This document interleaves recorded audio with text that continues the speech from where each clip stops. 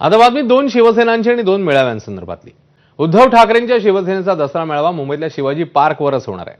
पूरस्थितीमुळे साध्या पद्धतीने दसरा मेळावा साजरा करावा असं सत्ताधाऱ्यांनी अनेकदा लावून धरलं, मात्र पारंपरिक पद्धतीनेच मेळावा साजरा करण्यावर ठाकरेंची शिवसेना ठाम आहे। दुसरीकडे शिंदेंच्या शिवसेनेचा दसरा मेळावा गोरेगावच्या नेस्को सेंटरमध्ये होणार आहे।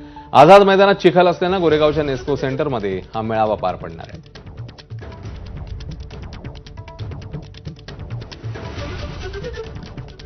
आझाद मैदानामध्ये चिखल आहे, बरोबर आहे, पावसामुळे झालंय, परंतु हे मेन जे काही विषय जो आहे की तिथल्या भागातल्या लोकांना मदत करणं, तिथल्या भागातल्या लोकांना कार्यकर्त्यांना इकडे न बोलवता तिकडे त्यांना पुन्हा त्यांच्या गाड्या वळवून त्यांना तिकडे मदत करण्याच्या सूचना आम्ही दिल्यात।